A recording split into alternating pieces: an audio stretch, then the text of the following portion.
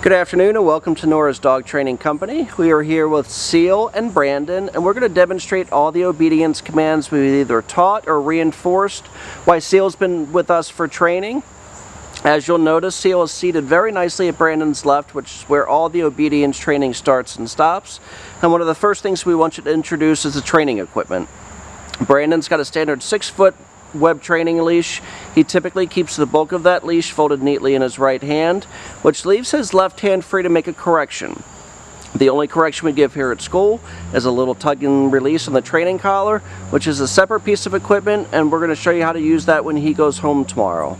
Now the first command we're going to demonstrate, which is really important for you in New York City in close quarters, is heeling. Heeling is proper leash walking, and the command is Seal heel. Now at this point he's got a job to do, and that's to stay even with your left leg. His shoulder blades, again, roughly right there at your hip position. No forging ahead, no lagging behind. And whenever you stop, he should automatically sit.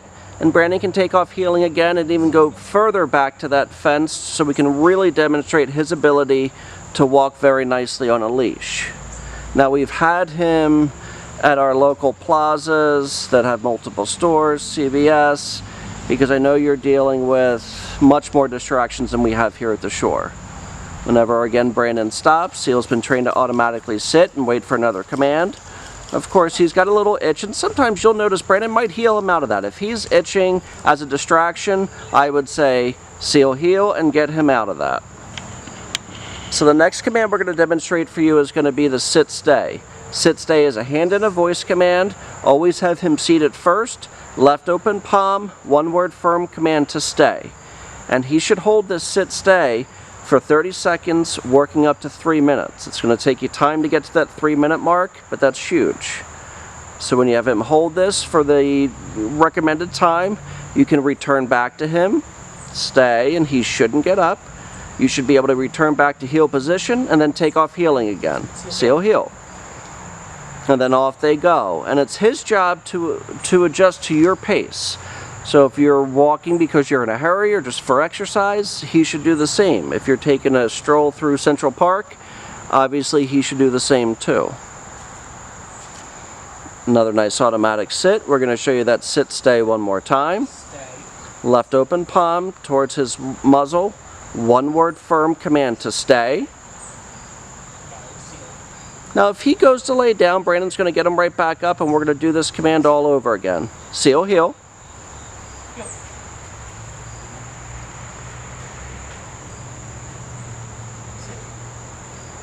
Stay.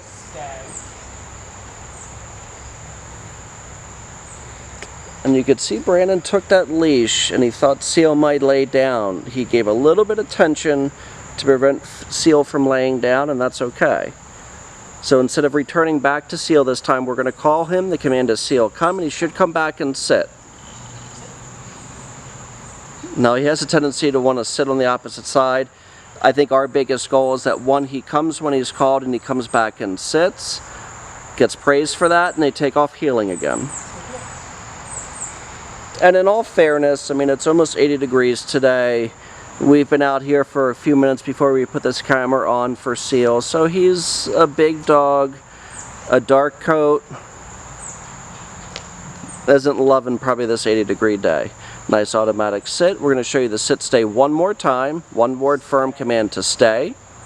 Not allowing him to lay down. And when you're working with him at home, keep an eye on his body language. If you anticipate him laying down, coming before you call him, tell him no. So Brandon can call him out of that one more time. Seal come. And at home, you're going to lengthen out the distance too in between you and Seal to really challenge him. They're going to take off heeling again. Now the next command we're going to demonstrate for you is going to be the down from heel position. So always have Seal seated first. You're going to use your left open palm, push it towards the ground. One word firm command to down. Now if he doesn't down, no down, and use your leash as a little way to correct if you have to. Surprisingly, being a giant breed, he sometimes is reluctant to lay down, but when you give him a command at home, he's got to do it. So Brandon used that training lead, a little subtle correction towards the ground along with that hand signal, and he laid down very nicely. At home with your down stay, 3 minutes working up to 5 minutes. Brandon can return back to Seal. He should stay in that down position. And then they take off heeling again, and it's Seal heel.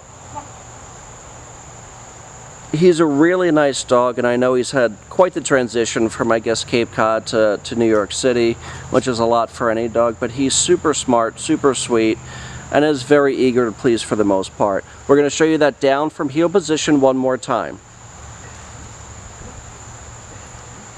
Much better there. Stay. And you can hear Brandon praising Seal too. I mean, sometimes there's a fine line between too much praise and not enough. You're going to find that. But he certainly deserves, you know, praise for doing the command exactly when he was supposed to, and that was great. Brandon can call him out of this. Again, Seal come. The idea is that he comes back to you and sits. Very nice. He doesn't come back and put his paws up on you or anything like that. We have some other things certainly that we're going to discuss when you come to pick him up tomorrow.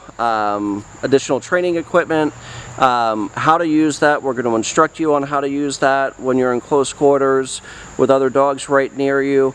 We want to thank you so much for using Nora's Dog Training Company as your personal dog trainer, and we can't wait to see you tomorrow at 11. Have a great night.